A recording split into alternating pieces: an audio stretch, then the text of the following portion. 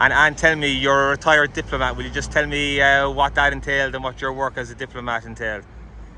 Yeah, I represented the U.S. overseas, mostly in the Middle East, often in conflict areas. I served in Iraq and Afghanistan, and I retired about 10 years ago, and I worked on economic development and investment and supporting U.S. interests overseas. You mentioned that you were involved in the visa process before. So part of diplomacy, almost all of us in the diplomatic corps issue visas in our first assignment. So many years ago, I did consular work, which is granting visas to people who want to travel to the U.S., both immigration and non-immigrant visas. Okay, and you said to me that you believe that the current immigration system is broken. Could you kind of expand on that, or am I putting words in your mouth? I think that's what you said to me. I did say that, and obviously I'm not a diplomat, and I'm not representing any official stance. I'm saying my own experience. America benefits greatly from immigration. I think that's what our country is founded on, and we're very open to immigrants in the past and current. We've obviously had some times where we've controlled immigration for various reasons, usually political. The system's broken because we have so many undocumented residents here, and our economy depends on their addition to our labor force. And I think we just don't have a conversation to admit how that works. So there's a huge benefit to bringing in new labor, very ambitious people who, for whatever circumstances, want to be in the U.S., and we should grant that that's a key to how we go forward and deal with just not leaving this hanging. We're leaving it hanging by not having a solution for this crisis. How do we deal with foreign aid? That was part of my job. How do you make the situation in those countries better through our diplomacy? Why don't we have this discussion about what is the U.S. doing to help the situation on the ground in the countries that are contributing to the problem, where people continue to come across the border? Leaving a situation to let it fester like we have, I think, is unconscionable. Okay, and so behind us now is the latest migrant shelter in Long Island City. What are your thoughts on this? You don't live in the neighborhood, but what are your thoughts on the migrant shelters going up in kind of residential areas and all over the city? I think there's nearly 60,000 economic migrants in the city's care at the moment.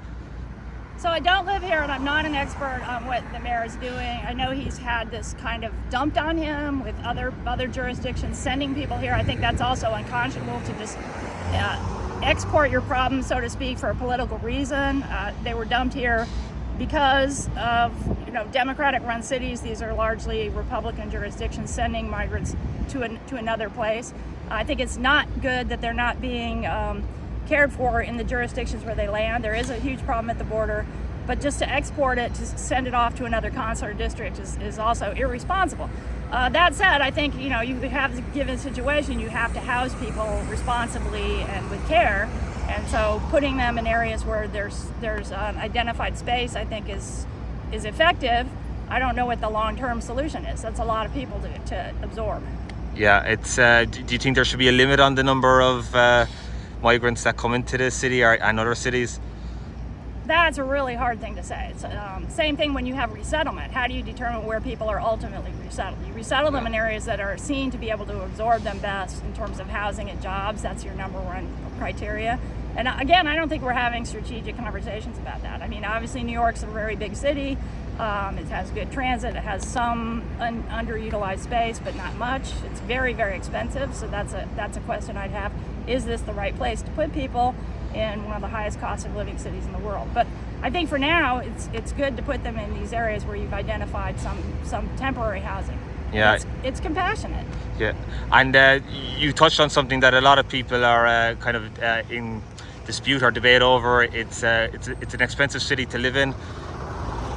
The mayor said it's going to cost $12 billion to house these migrants by 2025.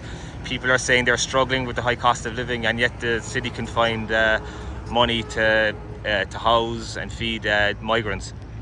So that's part of the strategic question that you ask as a country and a city or a town. Ultimately, Americans found that the long-term benefit is to bring in immigrants. You pay some social costs at the front. I'm going to be blunt and say America has probably the least least expansive social system for immigrants of almost any country. I know the systems in Western Europe. There's a lot of socialized programs to help immigrants learn languages. The U.S. usually only gives about 3 to 5 months of benefits when someone comes here and resettles legally. The illegal problem is what needs to be addressed. If America fixes the illegal immigration problem through designated programs, it will cost less in the long run than this, what we're doing right now. Yeah. That's another point to touch on. There's legal migrants and those who come across the border illegally, and that's causing a lot of strife between people here, both New Yorkers and legal migrants who've come the legal route. Do you think that they have a reason to be upset that those who cross the border illegally are being housed and fed? Whereas when you come and do it the right way or the legal way, that you have to foot the bill, foot all the costs up front. I think Americans should be upset with their political parties, because I was just at a tennis match yesterday, and I feel like this is like the tennis match where both parties want to lob the ball across the net and put it in the other side's responsibilities, but instead of biting the bullet and finding the hardcore solutions that are going to solve it. Illegal immigration has been going on so long. We had DACA. There was a solution to let people who are here illegally convert. I thought that was reasonable.